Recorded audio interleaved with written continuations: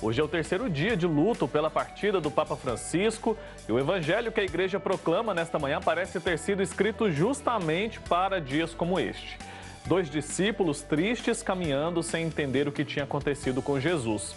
Eles falavam de morte, de frustração, de expectativa quebrada, mas no meio da dor, Jesus se aproxima. Ele caminha com eles. Eles não reconhecem de imediato, mas sentem o coração arder. Quantas vezes também a gente não entende os caminhos de Deus? Quantas vezes estamos tão focados na dor que não percebemos que Ele continua ao nosso lado? Francisco também foi esse homem do caminho. Caminhou com a gente, ensinou a ler as Escrituras com simplicidade, partiu o pão da esperança e tantas vezes fez arder o coração dos fiéis. E hoje a gente caminha com ele na fé. E mesmo em meio à tristeza pela perda de um pontífice tão amado, somos lembrados que Jesus continua vivo e presente também, especialmente no gesto de partir o pão. Hoje recebo aqui para tomar o nosso café o Padre João Bosco de Deus, missionário redentorista. Vamos começar bem o nosso dia. Bom dia, Padre. Tudo bem, graças a Deus. Sua bênção. Deus abençoe. Pode ficar à vontade. Obrigado. Aí para a gente começar o nosso dia. Você de casa, vai lá também, pega seu café, venha começar essa manhã abençoada aqui na TV Pai Eterno. O programa Santo Café de hoje, como tem sido nos últimos dias, vamos falar bastante a respeito da morte, do falecimento, do velório, do sepultamento do Papa Francisco. Velório, inclusive, que já começou. Nós temos, Padre, imagens ao vivo agora lá do velório do Papa Francisco. Eu quero chamar essas imagens para a gente ver como é que está a movimentação por ali. Muita gente usando ali esse momento para prestar suas últimas homenagens. A gente vê ali no alto da tela, o caixão com o corpo do Papa Francisco. E essa imagem é muito simbólica, Padre? É um momento muito importante, apesar de triste, como você mesmo disse. Francisco foi um homem de Deus, um grande pontífice, marcando a história aí da modernidade, desse tempo que vivemos de avanços da igreja. Francisco deu grandes passos no avanço, na comunhão de todos os cristãos, católicos, pós-Vaticano, e plantou praticamente coisas situações que o Vaticano ainda não tinha implantado. Ele correu atrás, fez revolução realmente na igreja, lógico, não tanto quanto até ele mesmo desejaria, mas falou de meio ambiente, falou de relações humanas, falou de proximidade, falou de portas abertas, falou de uma igreja que vai ao encontro, que não espera somente as pessoas adentrarem a igreja, falou de uma igreja de portas abertas, de sacristias abertas, falou de pastores com cheiro das ovelhas. Francisco foi um homem realmente muito, muito avançado nos processos do Vaticano II, que fez realmente muita coisa acontecer. Hoje volta para a casa do Pai com um dever cumprido, com a missão cumprida. E essa missão rendeu a ele a admiração de muitas pessoas, inclusive de não católicos, Padre? E é bonito da gente ver isso, como que uma pessoa, ao cumprir o seu papel, ao cumprir a sua missão, foi capaz de unir tantas pessoas. E esse era o objetivo dele, Papa Francisco, inclusive, sempre foi um ferrenho crítico ali das guerras que têm afligido o nosso mundo. Até no seu último momento, no seu testamento, ele entrega a sua dor, entrega o seu sofrimento a essas pessoas que sofrem com a guerra no mundo. Então é mais uma lição que o Papa deixa a todos nós. Foi bonito ler o seu testamento, O testamento de Francisco, que entrega a sua vida realmente, como você disse, para o fim das guerras, para o fim das lutas. É um homem da paz, como São Francisco também foi. O nome Francisco é um nome forte, um nome realmente que marca a vida do Papa, justamente por atitudes assim parecidas com as próprias São Francisco de Assis. Mas Francisco foi realmente um homem da sua época agora, e a igreja passa por momentos atuais de muitas dimensões, divisões em si, a modernidade, hoje a tecnologia, o celular, e Francisco conseguiu agregar tudo isso. Tinha aos seus críticos, lógico, tinha as pessoas que às vezes reclamavam de alguma posição que ele tomava, mas em nenhum momento um Papa foi tão quisto, tão bem querido como ele. Todos os Papas passados também tiveram aqueles que não comungavam plenamente das suas palavras, do seu jeito de ser. Sempre tem uma posição ou outra que mexe com a sociedade, isso é normal, mas Francisco conseguiu agregar admiração até mesmo seus adversários, aqueles que queriam outro tipo de papa, um outro estilo de igreja, mas todos respeitam Francisco. Tem em Francisco um grande homem, um homem realmente santo, que viveu a sua época, viveu esse tempo agora, com a juventude, que o próprio Papa João Paulo II instaurou um momento novo com a juventude, ele continuou e teve admiração de toda a juventude, ter admiração da juventude para um senhor tão idoso, à frente de uma instituição tão forte como a Igreja Católica, é realmente algo admirável já de se notar. Então, a juventude amava o Francisco, as crianças iam ao encontro de Francisco, onde ele passava centenas, milhares de crianças eram colocadas, até os animais, até o meio ambiente, tudo isso envolvia Francisco, e ao mesmo tempo ele pegava forte em suas cartas, na sua encíclica, sempre direcionando o caminho a uma abertura no amor, uma abertura na comunhão, na misericórdia. Para nós confessores, ele lançou um documento há alguns anos atrás aos confessores do Vaticano, que pudessem sempre receber os penitentes de coração aberto, jamais devolvê-los para o mundo sem absolvição dos seus pecados. E o Francisco realmente foi um homem avançado em todos os sentidos, na teologia, na fé e na sociedade. O senhor falou aí sobre, apesar da idade avançada, ter admiração dos mais jovens. E também, apesar da idade avançada, o que a gente via era um Papa moderno, né? Interessante a gente observar as atitudes, as palavras que usava, a forma como se comunicava também. E o Papa Francisco, acho que ganhou essa admiração em grande parte por conta da sua humildade. A gente não se cansa de falar sobre essa característica, porque agora, depois do seu falecimento, ele continua ainda sendo alguém que chama atenção pela sua humildade, pela simplicidade. Inclusive, nesse momento agora de velório, no momento do sepultamento, a gente viu agora há pouco as imagens ao vivo, essas imagens aí, mostram o velório do Papa Francisco, ele está em um caixão. Via de regra, ele não estaria assim, né, padre? Ele estaria numa espécie de plataforma ali, sendo exposto, um catafalco, né? Algo nesse sentido, uma plataforma ali onde as pessoas conseguiriam ver o seu corpo. E depois ele seria colocado em um caixão triplo, né? 3 caixões. Queria que o senhor falasse também sobre a simbologia disso, do Papa abrir mão de toda essa pompa agora nesse momento de velório, de enterro também. O que isso nos diz? O que isso nos ensina? Não poderia ser diferente, tratando de Francisco. Seria uma contradição se fosse algo, não digo pomposo, se fosse o estilo dos outros papas. Se fosse o estilo dos outros papas, não seria Francisco. Francisco realmente marcou sua história por isso. Veja a cadeira papal que os outros papas usavam, é que ele usava. Uma cadeira simples, lógico, bonita, mas sem adorno, sem grandes pedrarias. Um anel de pescador também, né? Um anel de pescador, sua mitra, tudo mais demonstra como Francisco gostaria de ser reconhecido e como é a função, o papel do sumo pontífice, que é o serviço da igreja, né? Um grande serviço, ele que está a serviço dos outros. Assim como o Papa João Paulo II também atrai multidões aí no seu velório. Lógico, os papas todos, a gente não pode fazer comparativo, não existe isso.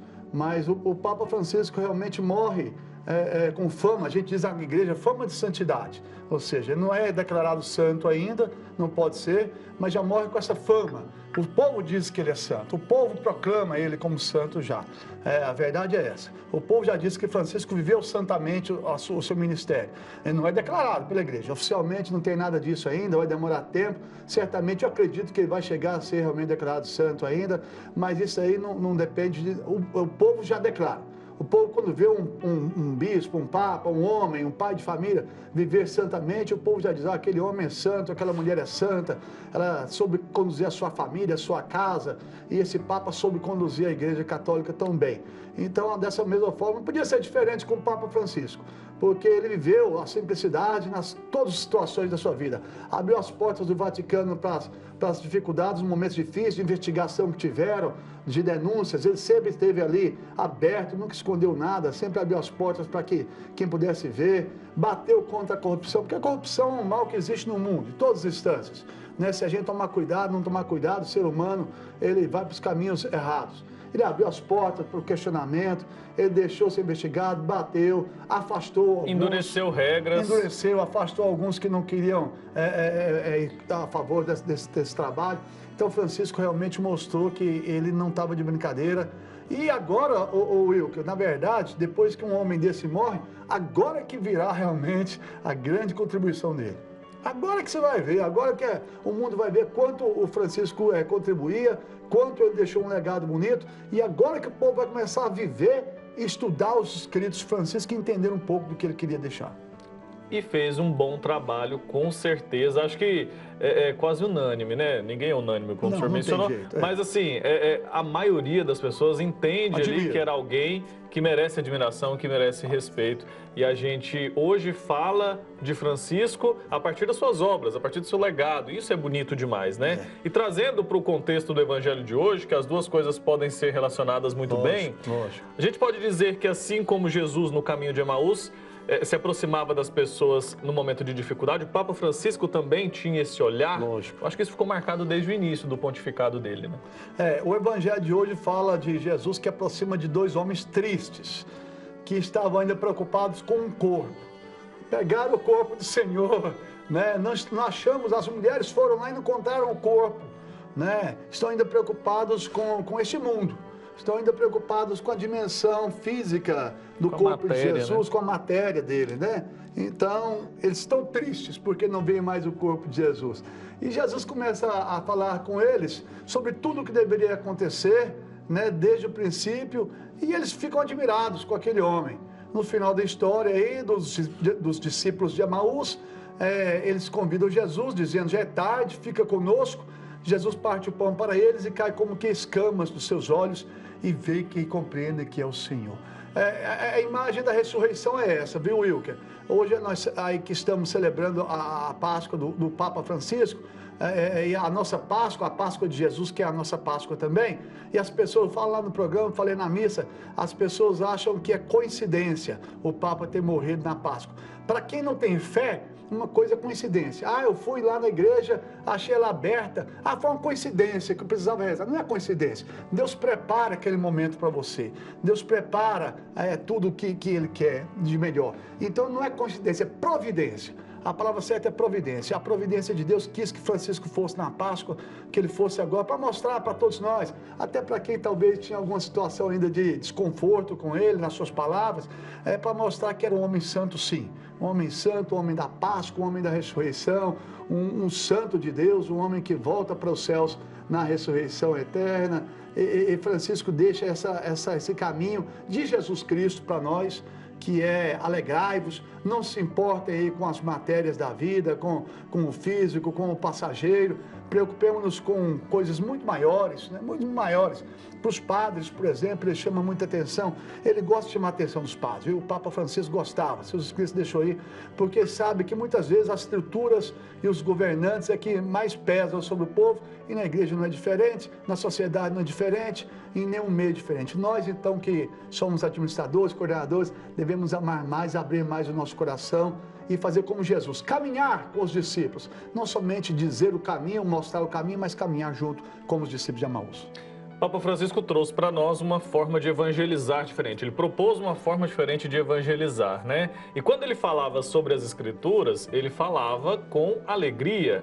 E a gente também pode guardar isso no nosso coração. E podemos dizer que o Papa Francisco fazia o coração das pessoas arder também quando ele proclamava, quando ele falava das Escrituras. Como que o Papa Francisco tinha esse poder na hora de falar sobre a palavra de Deus?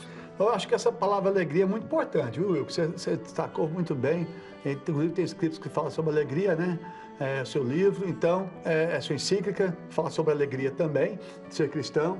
Mas, principalmente, ele atraía e chegava ao coração daqueles que estavam mais distantes, justamente dava a eles uma alegria, porque ele mostrava preocupação. Ele mostrava preocupação com aqueles que estavam excluídos. Não somente dizia sobre os excluídos, mas ele vivia essa realidade. Com casais de segunda união, com famílias que estavam ali vivendo situações ditas pela sociedade até mesmo, talvez não tanto pela igreja, de pecado, de distanciamento, de afastamento. Com os grupos LGBTQI+, que admiravam tanto Francisco, por entender que são pessoas de bem, pessoas de paz, pessoas de Deus, né, por suas escolhas, por seus caminhos, mas são pessoas que também buscam a santidade. Francisco aproximou aí desses grupos. Francisco aproximou de grupos tantos distantes, né, de outras religiões, de outros grupos, de outros afazeres, de pessoas que... E Francisco levou o evangelho a todos os povos, tem admiração de todos. e ele batia na corrupção, ele batia naqueles que maldiziam, ele batia naqueles que levavam o evangelho à perdição, batia nas estruturas pesadas que afastavam o povo de Jesus Cristo. Nisso ele batia. Nos demais ele convidava, ele atraía, ele chamava ao diálogo. Lógico, Francisco não é um homem sozinho que faz a revolução da igreja, não existe isso, né? Precisa de todos abraçarem, né? Mas para o tempo moderno ele foi muito avante, foi muito à frente. Tanto é que aqui nos documentos da Amazônia, quando esteve por aqui, ele deixou uma abertura tão grande de diálogo. Ele não pôde realizar os seus sonhos, mas deixou uma abertura de diálogo para diáconos, diaconisas, até mulheres diaconisas na Amazônia, ordenaram até homens casados, não um padre casar, mas homens que ali já estão como missionários, quem sabe nessa realidade de Amazônia, de outros, mas são conversas que, lógico, não é agora no velório que vai reaparecer, mas que já estão aí, para que o próximo pontífice possa estudar, possa analisar de novo, né, o Vaticano. Então são diálogos assim que vão com certeza surgir efeito e nascer novas situações para a Igreja Católica, que já há tempos precisava desse diálogo, dessa abertura. O Papa, pelo menos, deixou a semente, deixou a abertura para que a Igreja possa dialogar e ver essas situações. Então, ele deixou um canal de alegria. As pessoas não se sentiam mais afastadas da Igreja. Elas sentiam assim, mesmo na minha condição de vida, mesmo no GC, eu sou de Cristo, eu sou de Deus, eu sou chamado a ser de Deus. Isso é bonito demais, isso é maravilhoso, né? Porque às vezes a gente coloca o pecado na frente do pecador. Não, Francisco colocava a pessoa que ele estava, né? Com o seu pecado. Eu tenho o meu como padre. Você acha que eu não tenho? Eu tenho muitos pecados. Mas ele colocava a pessoa, o ser humano, à frente de tudo isso. É muito mais importante o ser humano e não ressaltar simplesmente o pecado. Ressaltar o ser humano que busca, que está ali, que vive, que tem fé, que acredita. E Francisco deixou essa alegria no coração dos cristãos. Por isso também a Igreja Católica no mundo inteiro está aumentando o número de cristãos católicos e vai aumentar mais ainda com o Papa Francisco. Creio que eu estou dizendo. Com a morte do Papa Francisco, não só admiradores, mas seguidores de Jesus Cristo, muito mais irão aumentar, porque realmente é uma religião maravilhosa, é um segmento da salvação, que é o Senhor Jesus Cristo. O senhor está falando aí sobre a força que ele teve, né, para enfrentar vários problemas, várias questões que são difíceis, né, para qualquer pessoa enfrentar. Então, Papa Francisco, eu falei sobre isso aqui na segunda-feira, além de ser alguém carinhoso, além de ser alguém amoroso, receptivo e acolhedor, era também alguém de muita coragem, exatamente como Jesus foi, né? Exatamente como Jesus foi e exatamente como ele nos ensina a ser. O senhor falou aí sobre colocar a pessoa na frente do pecado. Jesus fez isso de forma muito clara em várias passagens da Bíblia, a gente consegue identificar isso. Pessoas assim não são tão bem entendidas, tá entendendo? Porque nós temos ideologias que preferimos viver por elas. Jesus não viveu ideologia nenhuma, ele viveu o mandato do Pai. Não importa quem gostasse, quem não gostasse, ele seguia à frente. Seguia no mandato do Pai, na vontade do Pai, realizando a vontade do Pai. Alguns falam assim, vamos apedrejar o Senhor e vamos condená-lo, porque ele está se fazendo Deus. Um homem que se faz igual a Deus, semelhante a Deus. Mas os judeus não entendiam, aqueles que estavam condenando, os fariseus não entendiam, que não é um homem se fazendo Deus, é o Espírito, é a palavra, é o verbo de Deus que habitou e encarnou no meio de nós. Ou seja, Jesus já existia. São João diz isso, a palavra era Deus, a palavra estava com Deus, e esta palavra se encarnou. Não é um homem que se fez Deus, é Deus que se fez homem. É diferente, é diferente. Quem entende isso, entende o segmento de Jesus. Não é um homem que se proclamou Deus, é Deus que sempre existiu em espírito e habitou no meio de nós, e Jesus quis ser gente como nós, para mostrar que é preciso abraçar a causa do Pai e viver. Não ter medo. Então, homens como Francisco entendem esse chamado, entendem a missão de Jesus Cristo e fazem também valer a pena o seu trabalho, o seu serviço. Não tem medo, porque quem tem medo não consegue anunciar o Evangelho. O medo ofusca, o medo abafa. Eu tenho que agradar a todos. Esse negócio de ter que agradar é a pior coisa do mundo, viu? Você tem que agradar gregos e troianos, gregos e goianos, é horrível. Porque você tem que agradar e você acaba não falando a verdade, você ofusca parte essencial da mensagem, a palavra, e está aqui a palavra. Você não precisa jogar na cara de ninguém também não, porque a palavra de Deus não é para jogar na cara de ninguém, é para dizer a palavra. A palavra de Deus ela tem que ser dita e a gente olhar e a gente analisar a nossa vida à luz da palavra e a gente se colocar realmente no lugar do próximo, amar a Deus e amar o próximo acima de tudo, e é isso que pede a palavra para nós. Então o Papa Francisco nunca jogou a palavra na cara de ninguém, pelo contrário, ele acolhia, ele amava, mas ele não deixava de dizer, olha, o centro da palavra não é as periferias, não, o centro é o amor, o centro é a caridade. E isso é que é importante. Levar ao centro que é Jesus Cristo. Papa Francisco não falou, ele viveu isso. E por isso que eu estou dizendo que com certeza muito mais pessoas se achegarão a Jesus pelo testemunho do Papa Francisco, pelo testemunho dos santos. Veja quantos jovens chegaram a Jesus agora pelo testemunho daquele jovem que morreu há pouco tempo atrás, Carlos Acutis. Carlos Acutis tem atraído milhares de pessoas ao cristianismo. E o Carlos Acutis foi um jovem, um rapazinho de menos de 20 anos. É coisa linda isso aí, é coisa linda. Os santos são assim, Deus faz surgir os santos em meio à sociedade do jeito que Ele quer. Carlos Acutis foi um grande santo, os santos atual momento, tem padres e religiosos e freiras que estão vivendo, buscando a santidade, e o Papa Francisco foi assim.